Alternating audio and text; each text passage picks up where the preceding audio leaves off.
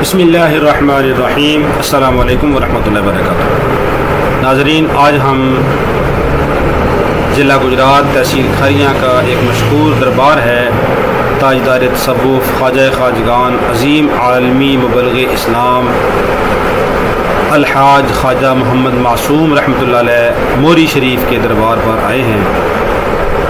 یہاں پر پہلی دفعہ حاضری ہوئی ہے۔ ایک عظیم روحانی شخصیت اور سلسلہ نقش بندیہ مجددیہ کے عظیم بزرگ تھے۔ یہ 4 اپریل 1935 بمطابق 1355 ہجری ضلع گجرات سے کی تحصیل کھاریاں کے گاؤں موہری شریف، کھاریاں سے تقریباً 6 کلومیٹر کا فاصلہ ہے، وہاں پر پیدا ہوئے۔ خواجہ محمد معصوم کے والد حضرت زریں زربخت قبلہ عالم الحاج صوفی نواب الدین رحمۃ اللہ علیہ ہیں۔ یہ ان کا دربار ہے، آپ دیکھ رہے ہیں تقریباً بہت پرانا دربار ہے۔ دربار کی حالت ابھی بھی وہی پرانی ہے جو پہلے کی بنی ہوئی ہے۔ خواجہ صاحب نے کچھ تعلیم یہاں پہ حاصل کی، کچھ آگے راولپنڈی میں آ کے حاصل کی، پھر لاہور چلے گئے اعلیٰ تعلیم کے لیے۔ بڑے معمولی غیر معمولی شخصیت تھے۔ آج بھی ان کے دربار کے اوپر حاضری ہو تو ہر مستانہ اللہ اللہ کی آواز لگا رہا ہوتا ہے۔ یہ سارے ان کے دربار کا حصہ ہے۔ یہ ان کی مائی صاحبہ کا دربار ہے، خواجہ صاحب کی جو اہلیہ ہیں ان کا۔ اللہ رب العالمین نے آپ کو بہت زیادہ نوازا۔ آپ کی برکت سے اللہ رب العالمین نے ہزاروں لوگوں کو اسلام کی دولت سے سرفراز فرمایا۔ یہ دربار شریف کے اندر یہ ساتھ مزار شریف بنا ہوا ہے۔ احاطہ تو بہت بڑا ہے، یہ مزار کا حصہ ہے۔ آئیے آپ کو دکھاتے ہیں مزار شریف، اندر چلتے ہیں۔ یہ دیکھیں جی مزار شریف، یہ خواجہ محمد معصوم رحمۃ اللہ علیہ کی قبر مبارک ہے۔ یہ ساتھ ان کے والد محترم خواجہ نواب الدین رحمۃ اللہ علیہ کی قبر ہے۔ یہ دربار شریف پہلے تو ایسے ہی تھا، لیکن کچھ عرصہ سے اب یہ حکومت کی تحویل میں ہے اور اس کے سارے نذرانے یہ اب حکومت ہی وصول کرتی ہے۔ آپ دیکھ رہے ہیں یہ حکومت نے اب بڑے بڑے غلے رکھے ہوئے ہیں، ان کو بڑے بڑے تالے لگائے ہوئے ہیں تاکہ کوئی یہاں سے بابا جی کے نذرانے نکال کر لے نہ جائے۔ بابا جی کے نذرانے اب صرف حکومت ہی کھاتی ہے۔ یہ دربار شریف دیکھیں کیسا سنگ مرمر دربار کے اندر بھی لگایا ہوا ہے۔ اگرچہ یہ مزارات بنانا شریعت کی روح سے جائز نہیں ہے، کیونکہ قبر کو پختہ کرنا، قبر کو پکا کرنا، قبر کے اوپر تعمیر کرنا یہ جائز نہیں ہے، لیکن جاہلیت کی وجہ سے آج ہمارے ہند و پاک کے اندر تو اکثریت دربار اور قبریں پکی کی جاتی ہیں۔ شرعی مسئلہ یہی ہے کہ قبر کو جیسے کچی ہے ویسے ہی رہنے دیا جائے۔ اللہ کے نبی صلی اللہ علیہ وسلم نے قبر کو پکا کرنے سے منع فرمایا۔ آئیے آپ دیکھتے ہیں، ہم جاتے ہیں مدینہ منورہ میں جنت البقیع کے اندر، جنت المعلیٰ کے اندر، مکہ مکرمہ میں ساری قبریں کچی ہیں۔ یہ ساتھ مدرسہ بھی ہے چھوٹا سا، یہاں پہ اندر تبرکات ہیں، یہ بچے سوئے ہوئے ہیں اس وقت، اور یہ ساتھ یہ مقبرہ کا مزار شریف کا باہر کا حصہ ہے۔ اور یہ اس کے ساتھ اب مسجد بھی بنی ہوئی ہے، کافی ماشاءاللہ عالی شان مسجد بنی ہوئی ہے۔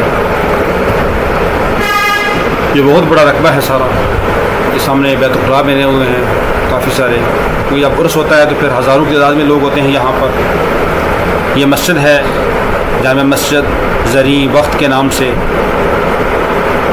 بڑی خوبصورت مسجد ہے، بڑا شاہکار اس کے اوپر کام کیا گیا ہے۔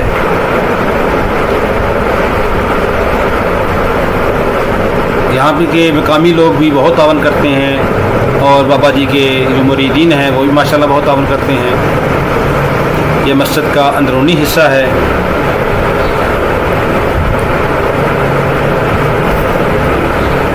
یہ سارا مسجد کا اندر کا حصہ ہے، یہ کافی ماشاءاللہ لمبائی کے اندر کافی لمبی ہے لیکن چوڑائی میں مسجد زیادہ نہیں ہے.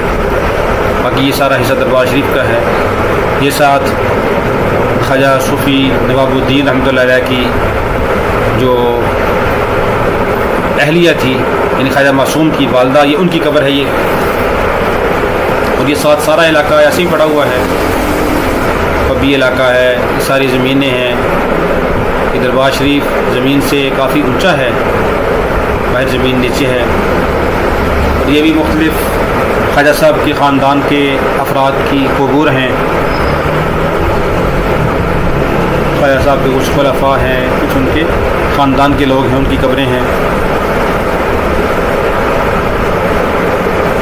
مختلف قبریں. یہ دیکھیں کیسے انہوں نے بھی یہاں پر بھی قبروں کو پکا کیا گیا ہے. تو یہ ایسا نہیں کرنا چاہیے، اس سے اجتناب کرنا چاہیے. اس سے میت کو عذاب ہوتا ہے. اللہ کے نبی صلی اللہ علیہ وسلم نے قبروں کو پکا کرنے سے، قبروں کے اوپر سجدہ کرنے سے منع فرمایا ہے.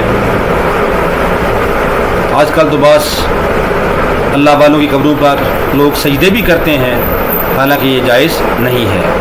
اللہ والوں کی قبر کے اوپر آئیں تو وہاں حاضر ہو کہ ان کے لیے جتنا ہو سکے کچھ قرآن پڑھ کر ان کے لیے ایصال ثواب کریں، اور اس کے ساتھ ان کے لیے مغفرت رحمت کی دعا کریں، رفع درجات کی دعا کریں، اور ان کے وسیلے سے دعا کریں کہ یا اللہ یہ اگر تیرے برگزیدہ بندے ہیں تو یا اللہ ان کے وسیلے سے میری حاجت کو پورا فرما.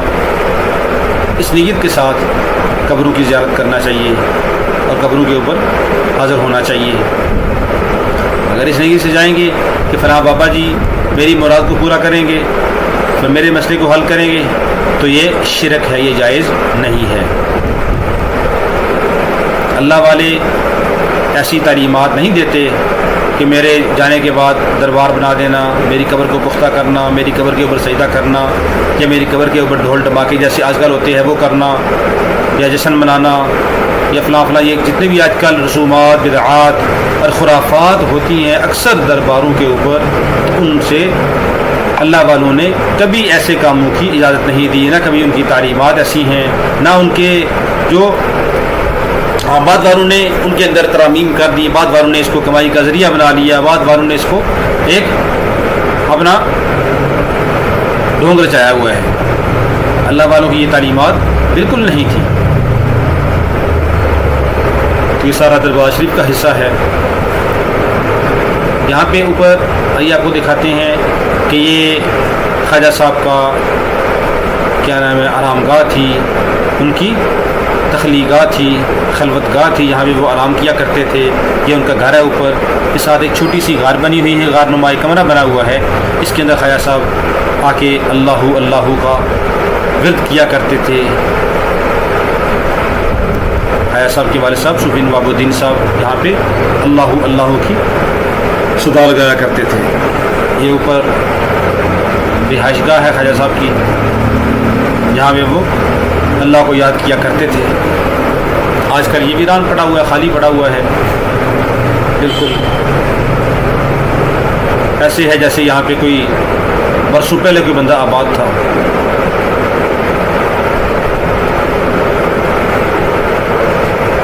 یہ دیکھیے یہ خواجہ صاحب کا کمرہ بھی ہے، ساتھ ان کے خواجہ معصوم صاحب کا کمرہ ہے، اور یہ ساتھ خواجہ نواب الدین صاحب کا کمرہ ہے، قیام گاہ ہے، ان کی آرام گاہ ہے. تو یہ اس وقت کے اللہ والے، یہ خواجہ صاحب کی یہ غار شریف ہے، اس میں وہ خواجہ صاحب اللہ کا ذکر کیا کرتے تھے. ابھی بھی خالی پڑی ہوئی ہے. اب تو پتہ نہیں یہاں پہ بھی اللہ اللہ کی آواز لگاتا ہے یا نہیں، لیکن وہ اس کو باقی رکھا گیا ہے ابھی بھی. اللہ رب العالمین ہمیں بھی ان بزرگوں کی جو صحیح تعلیمات تھیں ان کے اوپر عمل کرنے کی توفیق عطا فرمائے. اللہ ہمیں بھی ان بزرگوں کے نقش قدم پر چلنے کی توفیق عطا فرمائے. اللہ ہم سب کو آخرت کی تیاری کرنے کی توفیق عطا فرمائے.